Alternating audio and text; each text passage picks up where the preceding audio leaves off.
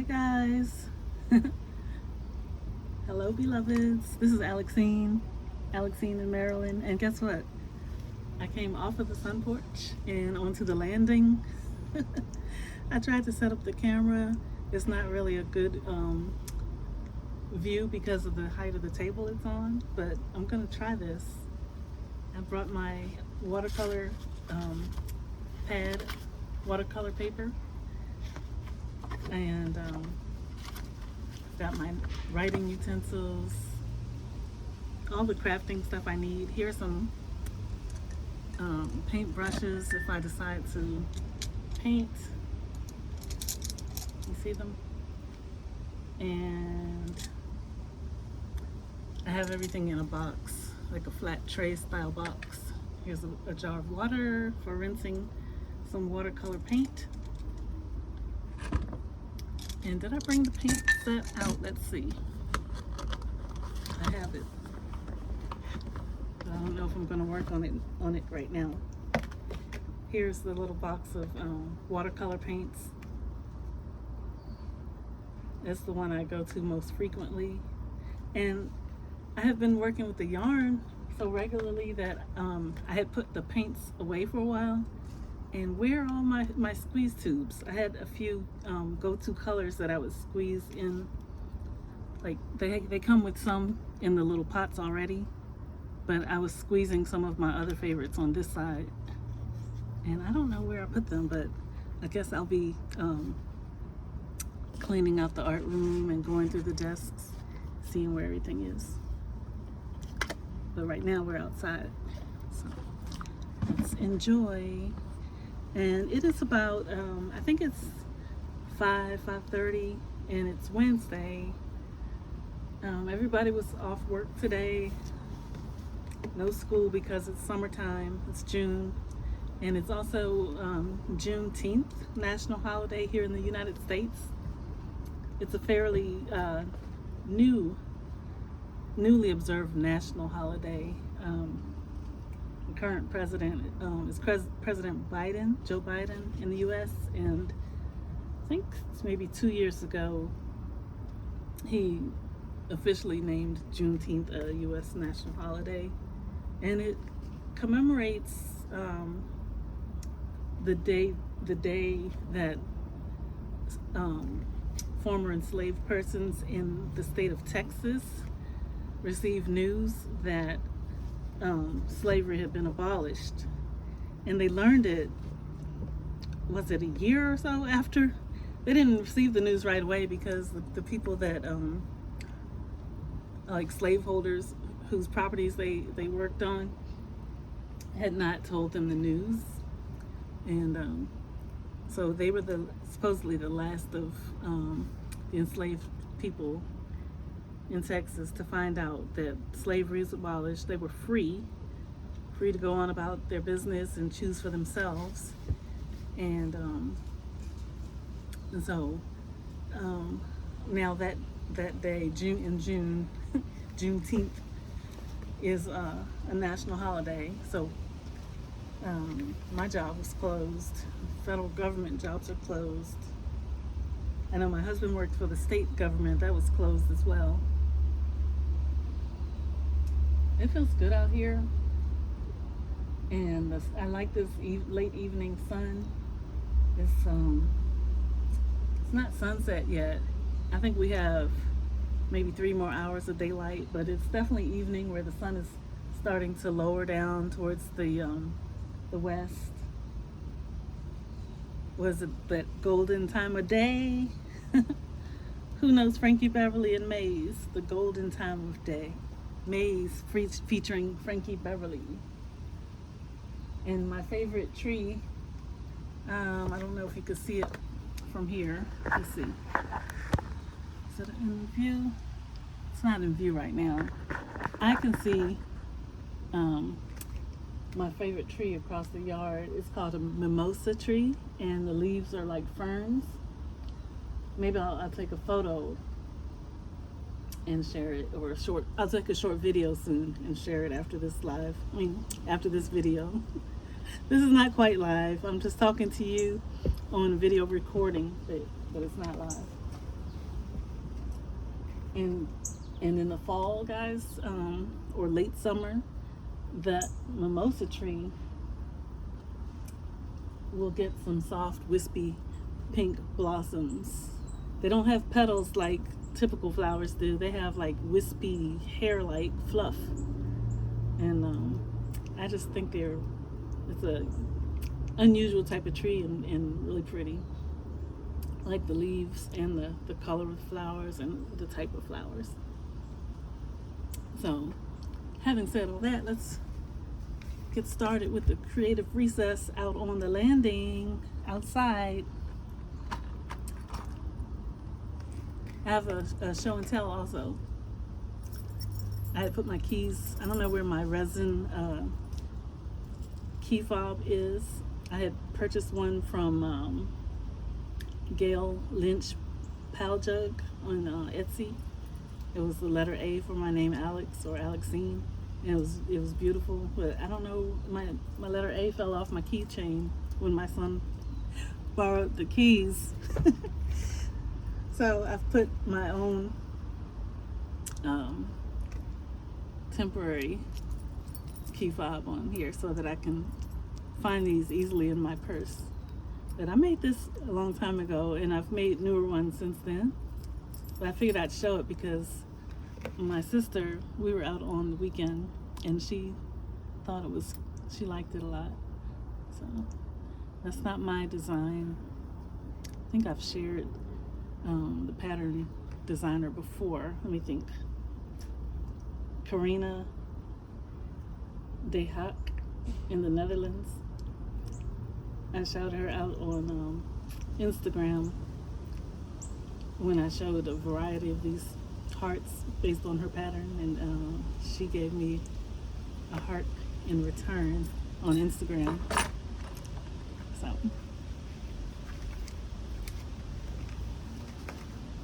I'm gonna put my glasses on, and I'm just gonna sit out here. You can keep me company, guys, on video, virtually, or maybe I'm keeping you company while you do what you do. And I'm just gonna play with my art materials, have creative recess. This used to be my everyday thing. I do my warm-ups, sketch, paint, but I put them away to focus on the crochet for the time period. But now everything's calling to me. I want to collage, I want to crochet, I want to paint, and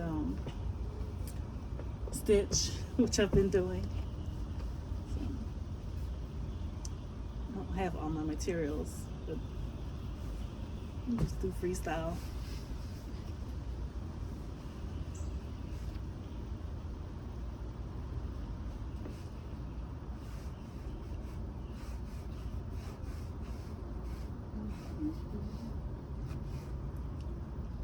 I'm using the lines of the trees across the way just to give me some inspiration, and this will not be perfect. I'm doing shapes and just movement and see what I come up with.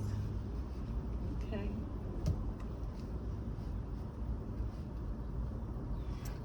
And at this point, there's too much vegetation in the yard. It needs some trimming back.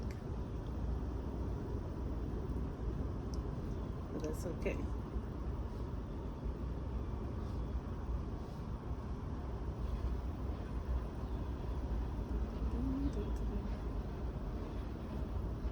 Some people do exercises in slow drawing. I don't really want to do slow drawing right now. I'm going to do quick, loose, rough sketching. I remember one year that tree, the mimosa tree that I was talking about, I was upstairs in the house and looking out of a window that I normally wouldn't look out of. I think my mother had been using that bedroom. And one day I was up there and got an eye level view of the leaves on that tree, and it was in bloom. And that may have been the first time where I painstakingly sketched out every leaf on every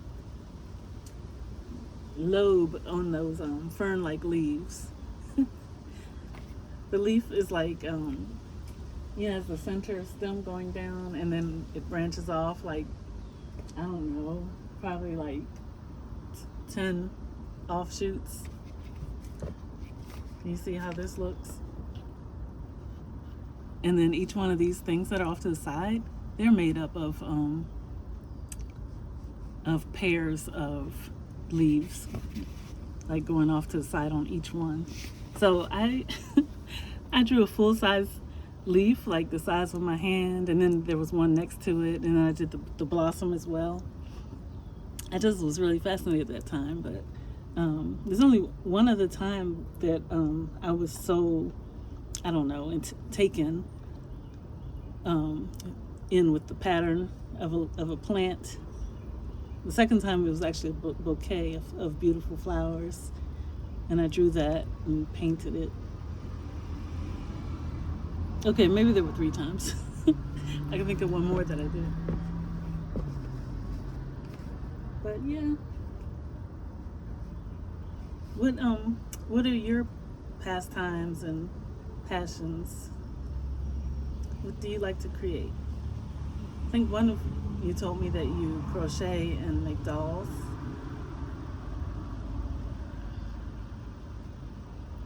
My sister has taken up crochet lately, and she is so productive with hers. She's made the swimsuit tops for her daughters, and she's the same sister that made me the hat on Mother's Day. I mean, she gave it to me on Mother's Day, and she made the earrings to go with it.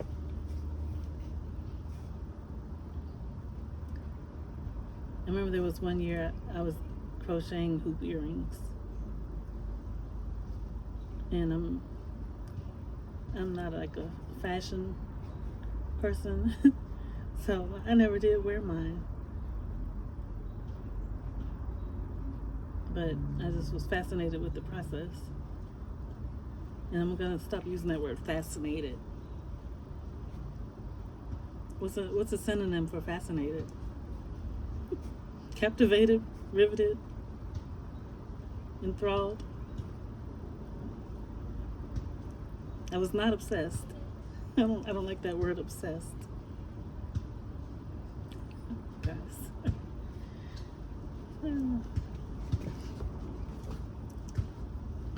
I hear some basketballs coming down. People are coming from the neighborhood park, heading back to their home, or towards their home.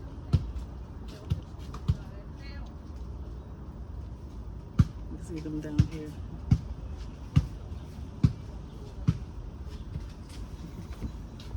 Hi.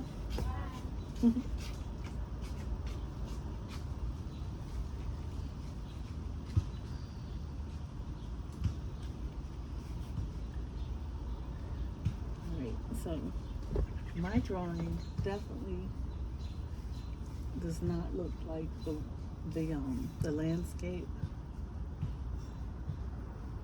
but again, it's a loose likeness, and it's getting me to move my hand and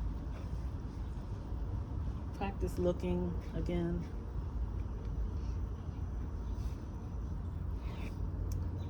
And so this will be called a sketch and wash. So you sketch it in ink. You can sketch in pencil, like light pencil.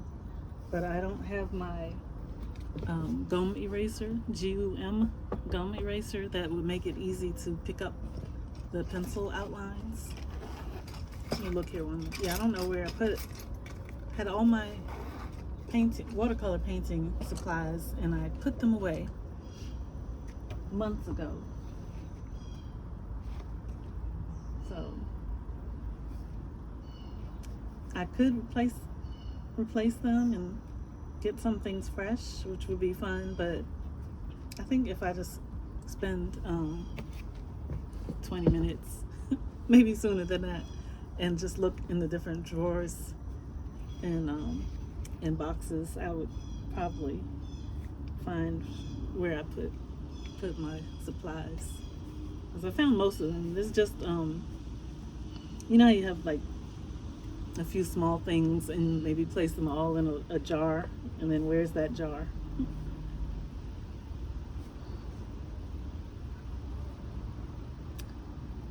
And if you like to paint or interested in painting, save your jars. They come in handy. Like I showed you this one, it has the water in it to rinse the brushes. And then I have a smaller one. It's a jam jar I saved. Had strawberry jam in it. And I'm told it's advisable, and I have found it to be true. If you're gonna paint artfully, you know, painting with small painting on a watercolor pad or multimedia pad, have 2 jars of paint, maybe 3. One for the colors, and then one for the, like say the reds and the blues, and then the other for like your yellows. Or another thing you could do is have 1 jar for rinsing your colors, and then another jar of fresh water just to get the rest of the paint out.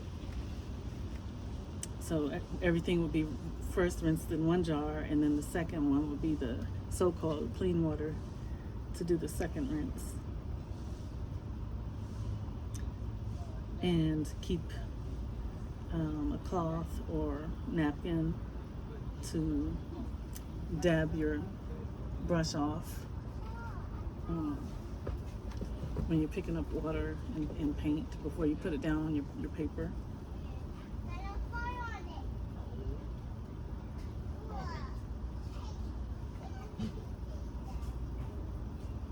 There's some dogs walking past. I hope they're not too interested in me.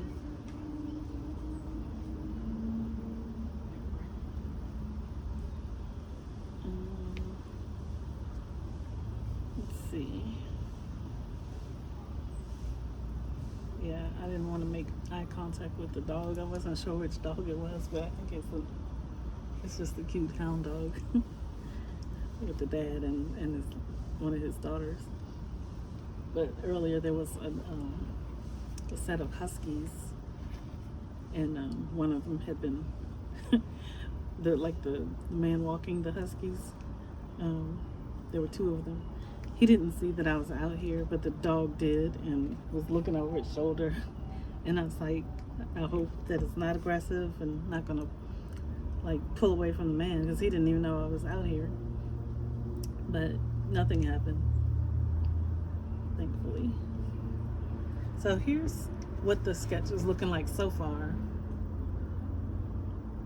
And I'm just having fun sitting out here talking and using this is my Uniball Vision ink pen, waterproof and fade proof, so they'll last. And you can, once you finish drawing or sketching or writing, because they do write smoothly too, then you can take your watercolors or your acrylic paints too, and wash right over them with the color, and the ink stays put.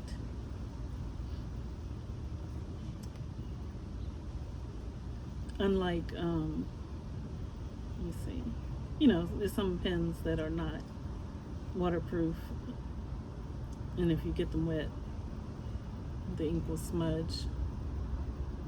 And some artists may prefer that. They want a fuzzy look. I have some watercolor pencils as well. Colorful, they're like color pencils. And you can draw with them like regular color pencils, draw with them dry, and then wet the paper and color in, and it'll get a richer tone, more saturated hue.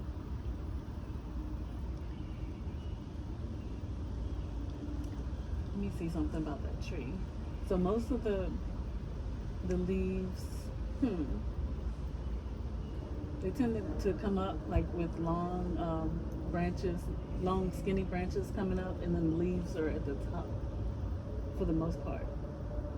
But there are clusters of branches, so some of the branches are shorter, so some of the leaves are like maybe shoulder height, and then some would be above my head.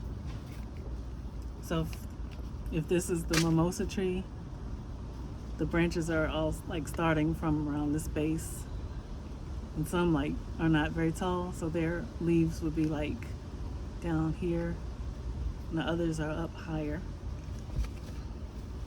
And the light from the sun, which is close to sunset, is just over the tops of the leaves, and they're kind of glistening, and I think it's beautiful.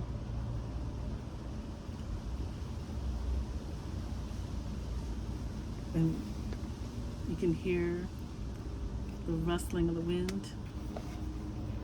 Let me try to show you. For some reason, where is it? I don't know. I think it just looks different on the camera while I'm looking, instead of when I turn my head, it looks so much closer. Maybe it's that one? No, that can't be it. I think it's this. That's the one that I'm drawing. So that's why, it wasn't showing up here on the camera. Okay. So, for the sake of the video, it's been 22 minutes. For the sake of the video, let's get some paint going. Got my napkin to dab. I got my palette. This is the palette. And I've got one of my brushes. This is a Princeton Neptune brush. That's the brand. And it's round, a round tip. And it's a number 4. So it's fairly small. In comparison, here is a Princeton round brush, and it's a number 10. It's also round, but you can see the difference. Here's my pinky thumbnail. So the number 10 is about as wide as my fingernail, but longer.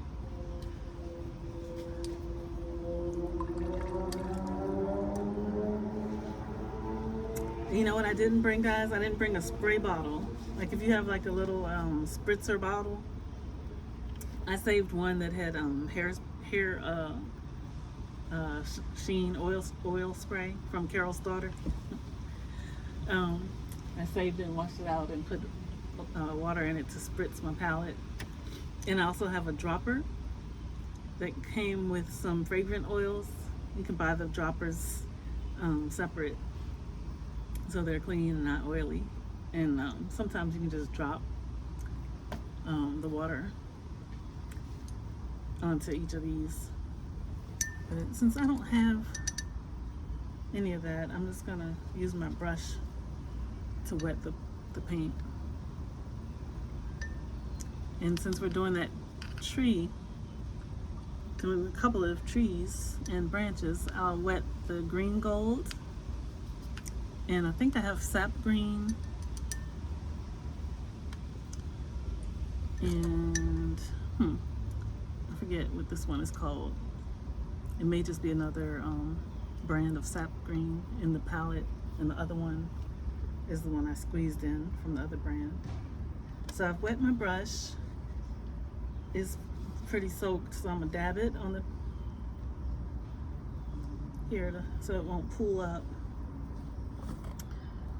And let me do that again. And let's see what happens. So here's the loose sketch, and let's just turn it into a sketch and wash. And guys, oh, another good thing to keep in mind, if you haven't been using your palette for a while, like I haven't, have a spare piece of paper.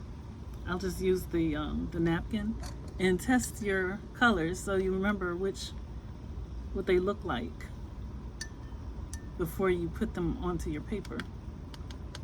So I had the sap green, that's like the sap green, SAP, and this one is green gold. And the one in the palette, I think, I'm just gonna call it, I don't know if it's grass or sap. It looks leafy green, so I'll go with it. Oh, what's gonna happen? So,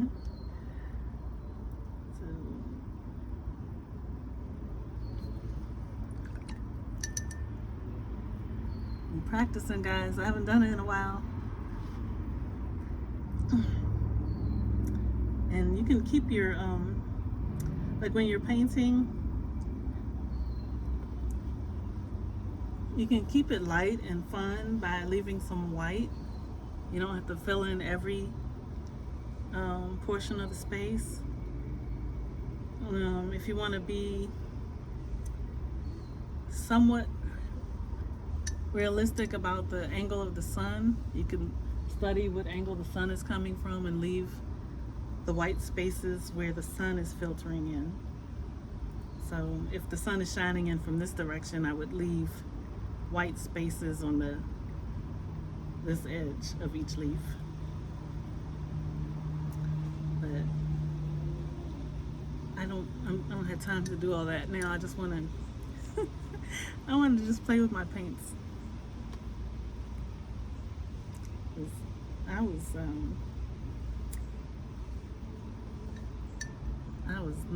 I had just got into a rut.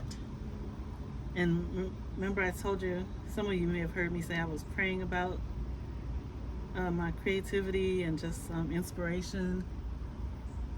And I don't even know if I realized it at the time, but like when I look back at my journaling, I see that right after that I got my idea to pull out my old yarns. Like I went back to my first passion. I pulled out an old box, and they were good quality yarn, cotton yarn that I had ordered from overseas, and I had stopped playing with them. But yeah, one day I got the idea to pull those out and look at them again, and I just fell right back in love with the colorful yarns. And then I pulled out the crochet hooks, because I do love the tools of the trade, not just crochet, but all of them. I have like quilting supplies. I have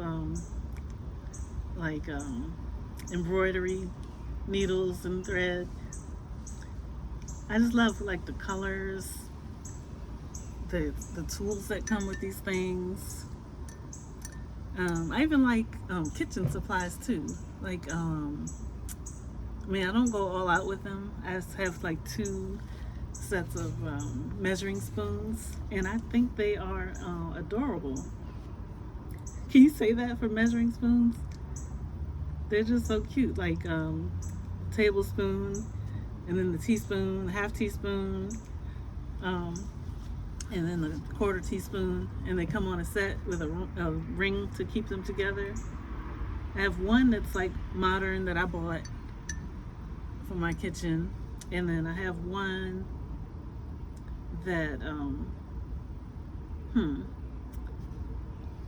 do I have 1 or 3? I mean 2 or 3. And then one I bought at a yard sale years ago. I was out with my mom, and somebody, I don't know why they were getting rid of their grandma's measuring spoons, but I bought them, and they look more old-fashioned, and I still use them. I use the tablespoon to measure out my morning coffee, for the percolator. And then later, when my grandmother was clearing out her kitchen, she's since passed on. She wanted us to go through and see what we would use. And she said she didn't want to wait. She wanted her granddaughters to come and, look through some things with her. And I ended up keeping a set of the measuring spoons and some other kitchen items, some of which I remember her using like in the kitchen when I was a little girl. And at that time I lived with her and my grandparents and my aunts and uncles and my mom. So they were fond memories. It's like it was home. Okay, so here's what it looks like so far.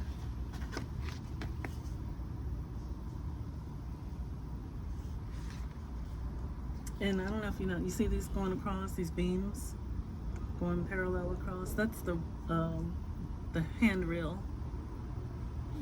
Is a ramp over there.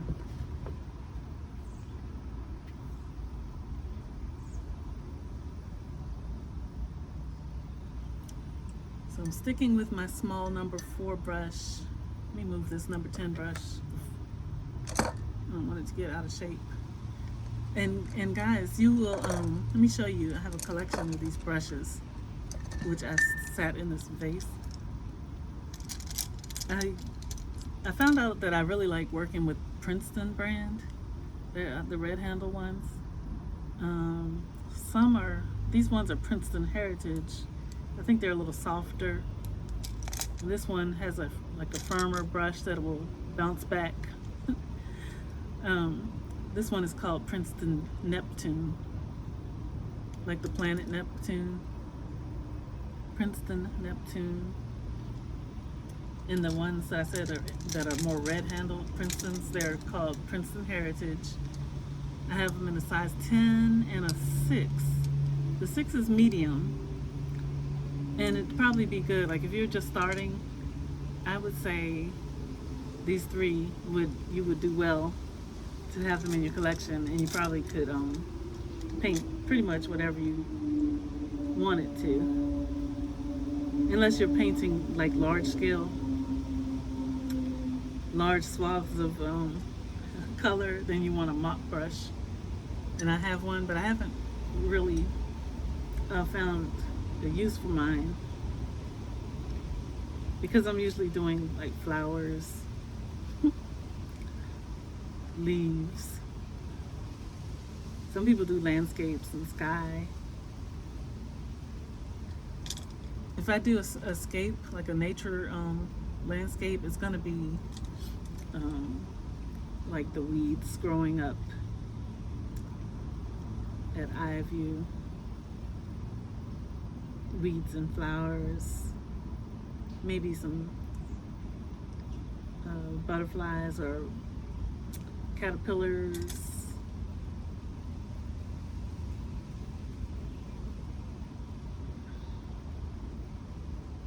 So this pad of paper that I'm using, and I'm playing with the green. Let me see how I can do this.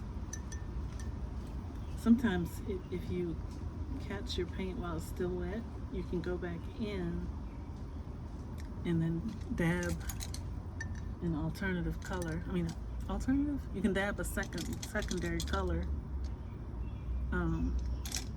For example, see how I've used the green gold, and if it's still wet, I can just put a dab of the sap green and it'll run by itself and fill in. Uh-oh, my papers are blowing away. But it's probably better if I was at a different work setup to do that. I have too much going on out here. Let me get my paper that just blew down to the next step.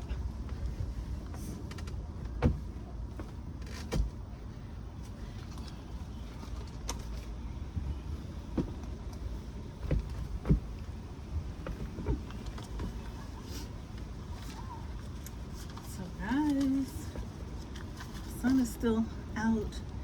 But yeah, I wanted to tell you, I'm not going to keep you long because it's already 35 minutes, right?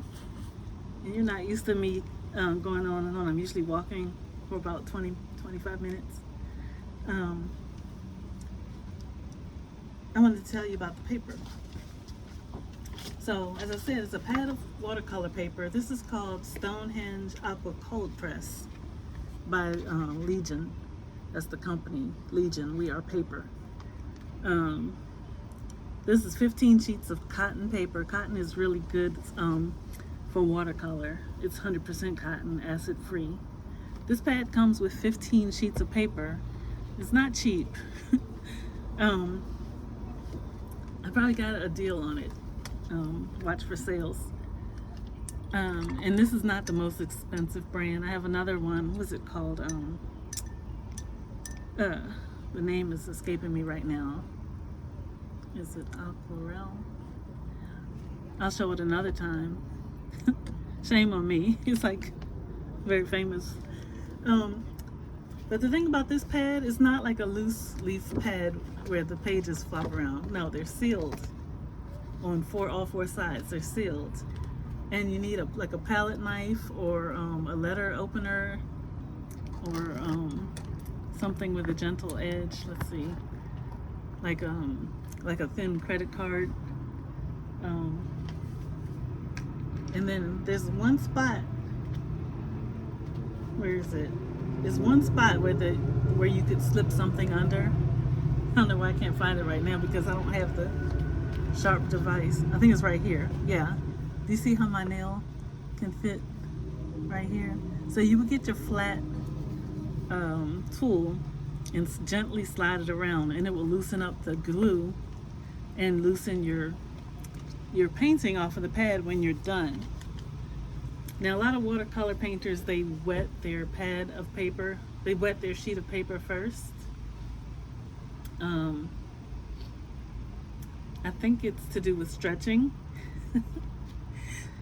Especially if you're working with a sheet of paper and it's not on a pad like this. You tape it down and you wet it with a sponge until it's kind of soaked, and then you begin painting. I didn't do that because my paintings are not that serious, and I don't do landscapes. I don't do really saturated full coverage paintings, or at least not right now. This is just a light sketch and wash. It's fun and flirty. And with this pad, you don't have to worry about stretching and wetting your paper. You can paint, and because it's glued on all four sides, it won't buckle when it gets wet. If you decide to like really go for it and paint with the big brush, and yeah, you don't have to worry about the page buckling up from being wet. So you let your painting dry completely, and then you come back to it and slide all around to the opening, to slide around from that opening slit to release the sheet of paper when you're done, when it's dry. That was a long-winded way of explaining a simple concept. I should talk more. Oh my goodness. What I'm gonna do, I'll just do one more color. Let me show you what the brown looks like. And this is this called a rigger brush? I think this is a rigger brush. You see how it's thin? It's really narrow compared to like the number 4 brush was small, but look at this one, and it's longer. And one of my favorite painters, her name is Julia Crossland. She's in the UK. Julia Crossland UK is her channel, I believe. Look her up. She does beautiful work, and several times she has talked about the uses of the rigger brush, or does she say rigger? Because she's in the UK. R-I-G-G-E-R, rigger. It lets you do long, wispy, willowy strokes. It's hard for me to look in the camera Let me just look down here. See that one? And if I had tried to do that with my number 4 brush, let me see what would happen. I would have to be careful. I would have to, I'm just putting some paint. See, I have the palette down here. I was like loading up with the paint. If I try to do the long wispy thing, branch, let's see what happens. It's okay if the branch is thicker because the tree, see what happens with the thicker brush? So the rigger brush, if you need vine-like lines, go for it. The rigger. But in most cases, trees do have some thickness to their branches, especially down to a lower portion. So I would lay the brush flat and then gently lift up as it went higher. So it would be thicker at the bottom when I lay the brush flat, and then as I move up, I would lift.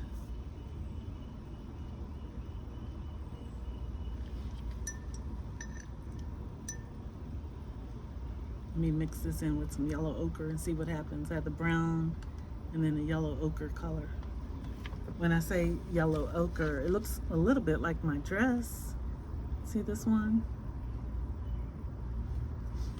I mixed a little brown into it. Let me see what that looks like on the paper. I'll show you. Which one is it? Can't really tell the difference. Let me try it again.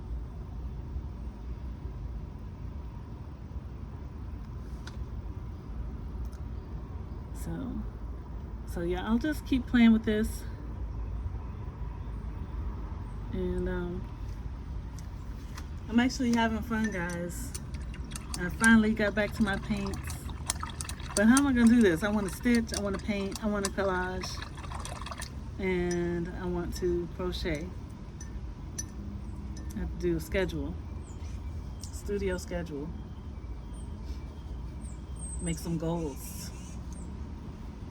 Write down what it is that I want to do. Put it on the calendar. Make a checklist. All right, I'm gonna bring everything back in the house. I enjoyed being out here. It's been 43 minutes. Can you believe it? And now this little palette with the 15 colors plus wells, it has 6 more wells where you can add your own colors and or do some mixing. This is from, it's called Van Gogh. And I think it's like, it's not a professional grade of paint, but it's good enough that some professionals would recommend it. That's how I learned about it, from one of the best. Paul Clark? He recommended it. Because you may have your professional paints, and they're very expensive, and then you can mix them in with the studio or artist grade. And then maybe you have your like really favorite palette colors that you go to, that you're known for, or that are your specialty. Those you may want to really invest in. Have a bigger tube of high quality. Because usually the ones that cost more, the colors are more saturated. You don't have to use as much to get the depth or richness of the color on your page. And I think some of them are rated by their light fastness. So this is not professional. This is just fun, loose. I'll go in later and add some the gray for the railings. Do some more with the branches. Add more leaves. I could go back in and add some not pencil, but some more ink embellishments at the end. I'll see what happens. But it was fun talking to you, enjoying nature, Let me drink a little water. Oops. I don't know if I can even afford to drink the water yet because I don't want to unbalance this tray. The counterweight.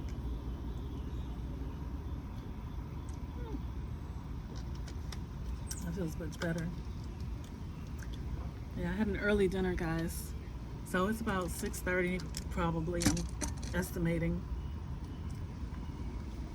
We had I had jerk fish, salmon with rice and peas, cabbage, plantains from a local Jamaican restaurant called Just Jerk.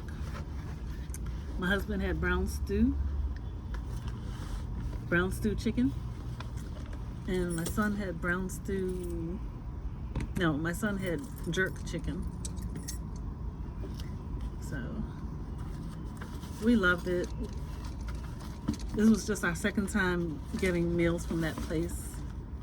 We loved it the first time, and it was my idea when we were looking for what to do for dinner or lunch today. I suggested that place, and they were all for it. So I can take off my glasses now. Rest my eyes. Thanks for joining me, friends. I hope you stuck around. Maybe you didn't, but if you did, say hello. I appreciate you. Hello from Maryland, US. On a Wednesday. Tomorrow I gotta get back up early and go to work. Today was a holiday, but Thursday is not, and I gotta go back to the office, and it's gonna be about 97 degrees tomorrow. Whew. You see, my skin is shining here because it's warm outside. But yeah, I'm gonna relax and prepare my things for tomorrow. Take care, be blessed, goodbye. Oh yeah, leave a thumbs up on the video and come again, and please subscribe, okay? All right, bye, I appreciate you.